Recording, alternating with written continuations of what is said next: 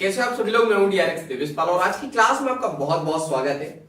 हम जो बुक पढ़ रहे हैं उसका नाम है इमोशनल इंटेलिजेंट 2.0। बहुत सारी बातें कर चुके हैं हम लोग। इमोशनल इंटेलिजेंस क्या होता है, आईक्यू क्या होता है, हमने देखा था आईक्यू जो है क्या होता है, और इमोशनल 1 मिनट और इमोशनल इंटेलिजेंट क्या होता है। ठीक है, हमने बात करी थी कि इसके 4 डायमेंशन है। 4 डायमेंशन में से कल हम लोगों ने सेकंड डायमेंशन स्टार्ट किया था, कौन सा, सेल्फ मैनेजमेंट। ठीक है, तो हम लोग समझ चुके थे कि सेल्फ मैनेजमेंट क्या होता है। आज हम लोग इसकी स्ट्रेटजी के बारे में बात करने वाले हैं कि सेल्फ मैनेजमेंट की स्ट्रेटजी क्या होती है। तो चलिए हम लोग बात करते हैं सेल्फ मैनेजमेंट की स्ट्रेटजी क्या हो सकती है। तो सेल्फ मैनेजमेंट का मतलब सिर्फ अपने इमोशंस को कंट्रोल करना नहीं है। ठीक है, तो अपने इमोशंस को कंट्रोल करके आप नहीं कह सकते कि मैंने सेल्फ मैनेजमेंट कर लिया। ठीक है, और भी चीजें करनी होंगी, क्या करनी होंगी आगे देखेंगे। तो यही बताया गया है कि सेल्फ मैनेजमेंट का मतलब ये नहीं होता है कि सिर्फ और सिर्फ अपने इमोशंस को कंट्रोल कर लेना। ऑथर हमारे इमोशंस की तुलना एक ज्वालामुखी से करते हैं। ठीक है, तो जो ऑथर है हमारी जो इमोशंस है, हमारी जो भावनाएं हैं, उसका जो कंपैरिजन है, उसकी जो तुलना है एक ज्वालामुखी से कर रहे हैं। वो कह रहे हैं कि जो है ज्वालामुखी से कर रहे हैं और कह रहे हैं लावा निकलने से पहले ज्वालामुखी के सतह के नीचे बहुत हलचल होती है। जो ज्वालामुखी है जब इससे लावा निकलता है तो इसके नीचे बहुत सारी हलचल चलती है, ये हमें बताया रहे हैं ऑथर। ठीक वैसे ही गुस्से के फूटने से पहले आपके अंदर भी बहुत कुछ चलता रहता है, आपको इन्हीं इमोशंस पे ध्यान देना है। ठीक है, तो क्या बताया जा रहा है हमें कि जो इमोशंस है, सिर्फ इमोशंस को कंट्रोल करके आप ये नहीं कह सकते हो कि आपने जो सेल्फ मैनेजमेंट कर लिया। फिर कह रहे हैं कि इमोशंस की तुलना किससे कर रहे हैं, ज्वालामुखी से। कि ज्वालामुखी से जैसा लावा निकलता है तो लावा निकलने से पहले जैसी हलचल चलती है, वैसे ही ठीक इमोशंस के निकलने से पहले भी जो है हमारे अंदर हलचल होते रहती है। ठीक है, चलिए तो आगे देखते हैं हम लोग। 1 मिनट, चलिए। तो गुस्से के फूटने से पहले आपके अंदर भी बहुत कुछ चलते रहता है, आपको इन्हीं इमोशंस पर ध्यान देना है। चलिए, तो इसको जो है एक इसको जो है एक एग्जांपल्स के द्वारा हम लोग समझ लेते हैं।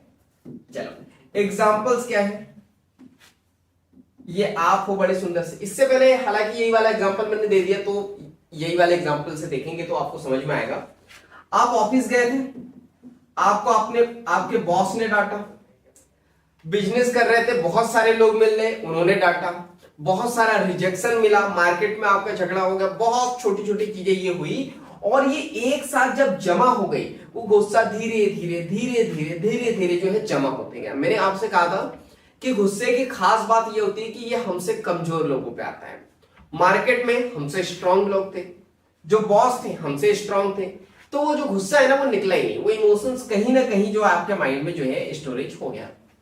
लेकिन जैसे ही घर आए आप, तो जैसे ही आपको आपका बच्चा दिखा, ये गुस्सा जो है 1 मिनट, चलो टेक्निकल चीजें होते रहती हैं। तो जैसे ही आप घर पे आए तो गुस्सा आपका फूट गया, किसके ऊपर, अपने बच्चे के ऊपर। तो क्या बच्चे ने कुछ किया था, क्या बच्चे ने बहुत बड़ी गलती कर दी थी, बच्चे ने कुछ भी नहीं किया था। बोला ना कि जो लावा है, लावा निकलने से पहले जो हलचल चलती है ना, वैसे ही ये इमोशंस निकलने से पहले बहुत हलचल चल रही थी कि अब निकलेंगी अब निकलेंगी अब निकलेंगी, और आखिरकार वो है उसने ज्वालामुखी का रूप ले लिया और वो गुस्सा फट गया। क्लियर है, चलो तो इसका ध्यान रखना है आपको। इसके बाद हम लोग बात करते हैं नेक्स्ट। तो सेल्फ अवेयरनेस के बिना सेल्फ मैनेजमेंट नहीं हो सकता, ये कल भी हम लोगों ने बात कर ली थी, तो इसको हम लोग रब कर देते हैं पहले। 1 मिनट, क्या कहा था कल मैंने कि जो सेल्फ मैनेजमेंट है, सेल्फ मैनेजमेंट के लिए आपको जो है सेल्फ अवेयर होना बहुत जरूरी है। बिना सेल्फ अवेयरनेस के सेल्फ मैनेजमेंट हो ही नहीं सकता।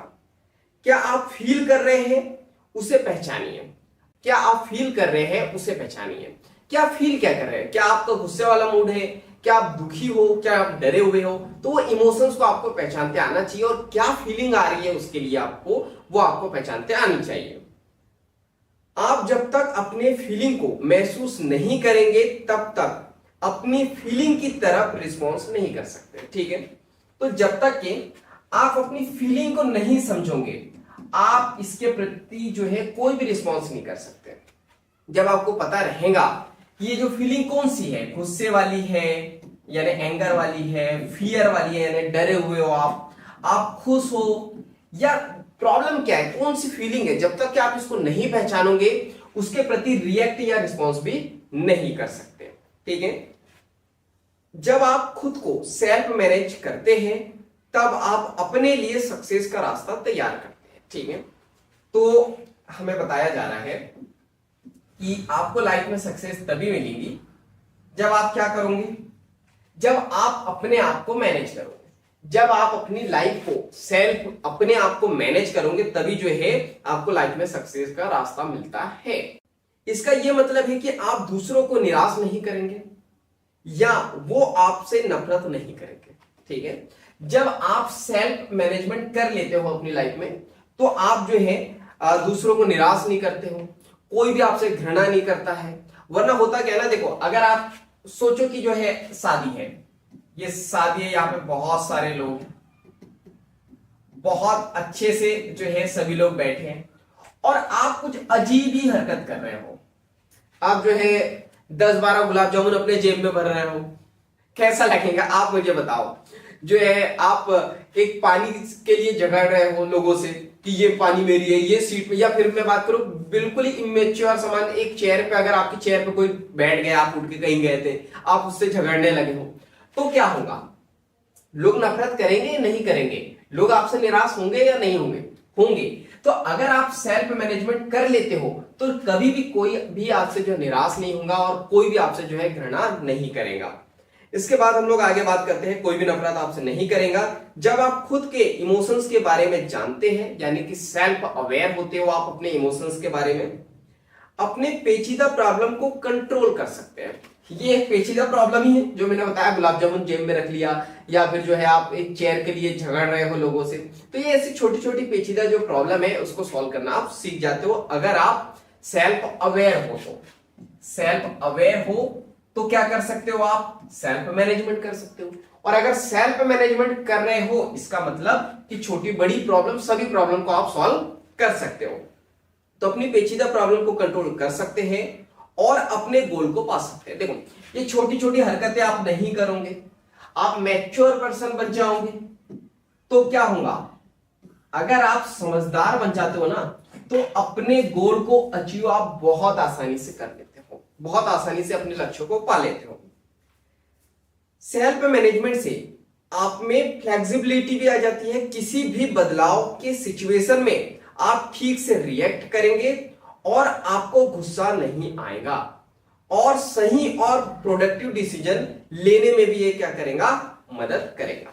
तो क्या बोला जा रहा है हमसे, आपको किस चीज का ध्यान रखना है, चलिए तो इसको हम लोग थोड़ा सा और अच्छे से समझते हैं।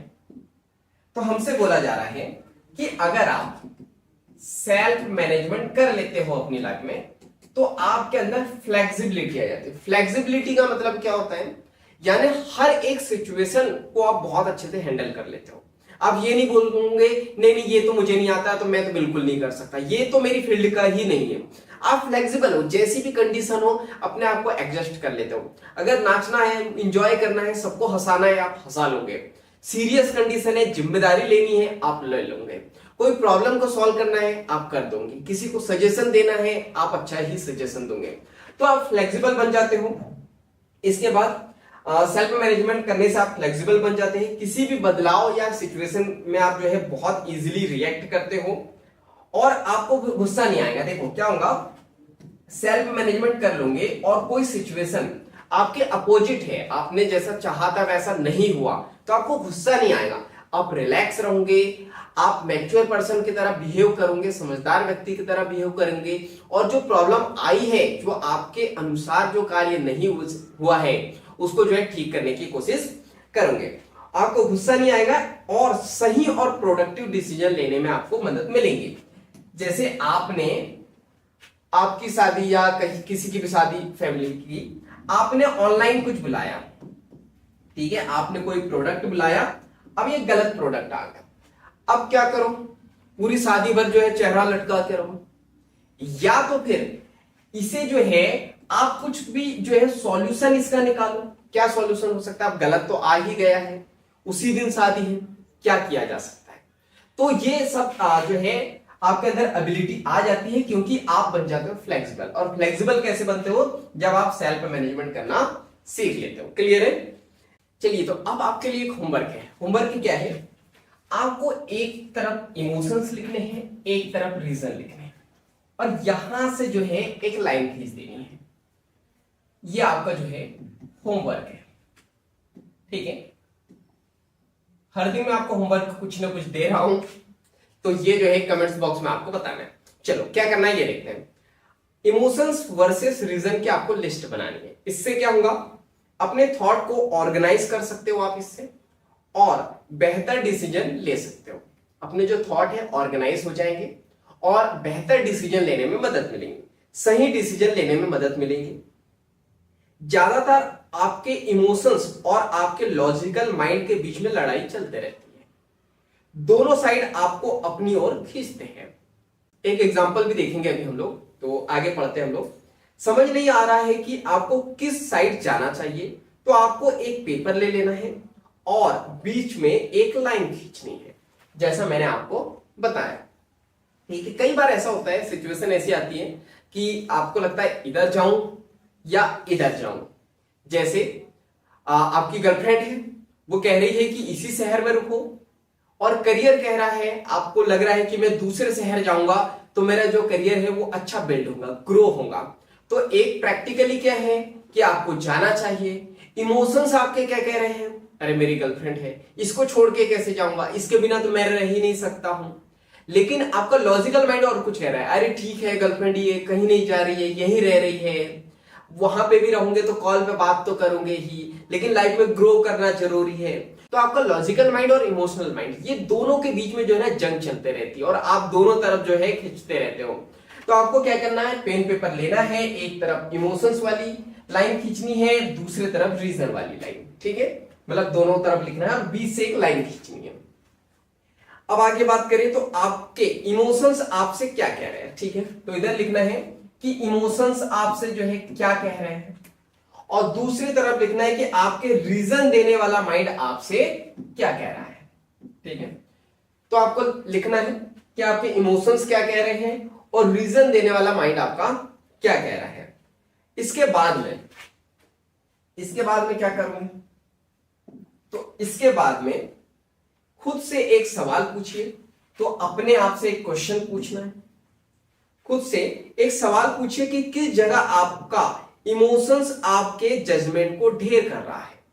आपको जो है अपने आप से क्वेश्चन पूछना है कि ऐसी कौन सी जगह है जहां पर आपका जो इमोशंस है आपके जजमेंट को फेल कर रहा है। यानी ये रीजन दे रहा है तो आपका इमोशंस जो है उसको ढेर कर देगा। कि जैसे मैं बात करूं, आपने वही वाला एग्जांपल लेते हैं, आप जॉब की बात कर रहे हो कि आप वहां जाओगे दूसरे शहर में, तो जॉब जो है मिलेंगी आपको, उसमें ग्रो करोगे, लाइफ में ग्रो करोगे। इमोशनल माइंड कह रहा है कि नहीं नहीं यहीं रह जाओ, गर्लफ्रेंड है। जो है ये जो इमोशनल माइंड है, क्या आपके इस जजमेंट को ढेर कर रहा है? यानी आपका इमोशनल माइंड कहेगा कि ठीक है यार, यहीं रहते हैं ना, गर्लफ्रेंड भी साथ में रहेंगी, इसका सपोर्ट भी रहेगा, तो मैं जो वहां ग्रो करने वाला था मैं यहीं पे ग्रो कर लूंगा। तो अगर आपका ऐसा स्टेटमेंट आ रहा है तो आपको जो है क्या डिसीजन लेना है? आपके इमोशनल माइंड की सुननी है, आपको जो रीजन देने वाले माइंड की नहीं सुननी है। आगे हम लोग बात करें, कहां आपका लॉजिकल माइंड आपके इमोशंस के सिग्नल को अनदेखा कर रहा है। यह आपको चेक करना है कि कहां ऐसा हो रहा है कि आपका जो लॉजिकल माइंड है, कौन सा? ये वाला, ठीक है, रीजन देने वाला लॉजिकल माइंड आपके इमोशंस के सिग्नल को इग्नोर कर दे रहा है।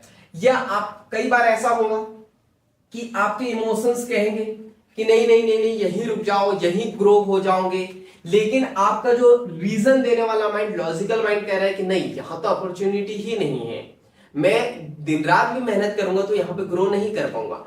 तो फिर किसकी सुननी है? लॉजिकल माइंड की सुननी है, इमोशनल माइंड की नहीं सुननी है। इसके बाद हम लोग बात करें, आपने शायद ऐसे पल को एक्सपीरियंस किया होगा जब आपने अपने फीलिंग को अपने रास्ते में आने दिया होगा पर हमेशा लॉजिकल भी रहना ठीक नहीं है। इससे आप एक रोबोट की तरह फील करेंगे और एक्ट भी वैसा ही करेंगे और आप एक रोबोट बन जाओगे। यानी कि कुल मिला के अगर आप हमेशा इस माइंड की सुनोगे और इमोशन वाले माइंड को इग्नोर कर दोगे तो आप बन जाओगे रोबोट। जो इंसान के अंदर जो इमोशंस रहते हैं ना वो बिल्कुल हट जाएंगे आपके अंदर से। इमोशंस, कोई आपसे प्यार कर रहा है तो आप उसको दूर कर दे रहे हो, नहीं नहीं नहीं ये फालतू की बात है, मुझसे नहीं, मेरे तो काम पे फोकस रहता है, इसके अलावा मुझे कुछ भी नहीं पता। तो अगर आप इमोशंस को अनदेखा कर दोगे ना और सिर्फ जो है लॉजिकल माइंड की सुनोगे, जो रीजन देने वाले माइंड की सुनोगे, तो आप बन जाओगे रोबोट। तो आपको अच्छा इंसान बनना है, ना कि रोबोट बनना है। तो उम्मीद है ये सारी चीजें आपको समझ में आई होंगी। सेल्फ मैनेजमेंट की जो स्ट्रेटेजी है ये सारी चीजें आपको समझ में आई होंगी कि गुस्सा जो है एकदम से नहीं आता है, ज्वालामुखी भी आने से पहले जो है हलचल करता है, तो वही हमारे साथ भी होता है। वो आपको जो है जज करना है, चेक करना है। अगर आप सेल्फ अवेयर होते हो तो सेल्फ मैनेजमेंट अपने आप हो जाता है, लेकिन सेल्फ अवेयर के बिना जो है सेल्फ मैनेजमेंट नहीं होता। फिर बहुत सारी चीजें हमने देखी कि हम लोग जो है सेल्फ मैनेजमेंट करके फ्लेक्सिबल बन जाते हैं, हर एक डिसीजन अच्छे से लेते हैं, हर एक सिचुएशन को जो है अच्छे से हैंडल करना सीख जाते हैं। फिर मैंने आपको एक होमवर्क दिया कि इमोशनल और लॉजिकल या रीजनल माइंड के बीच में जो है एक लाइन खींचनी है, फिर क्वेश्चन पूछना है क्या सही है क्या गलत है, और मुझे जो है कमेंट्स बॉक्स में बताना है, चाहे इंस्टा पे बताओ, यूट्यूब पे बताओ या इस ऐप पे बताओ, कहीं भी बताओ, जहां भी आप ये वीडियो देख रहे हो। क्लियर है? चलो तो बाकी हम लोग मिलेंगे नेक्स्ट वीडियो में इस तरह हंसते हुए, मुस्कुराते हुए, लाइफ में आगे बढ़ते हुए, कुछ नया नया सीखते हुए। जब तक के लिए thank you, bye bye and go for success.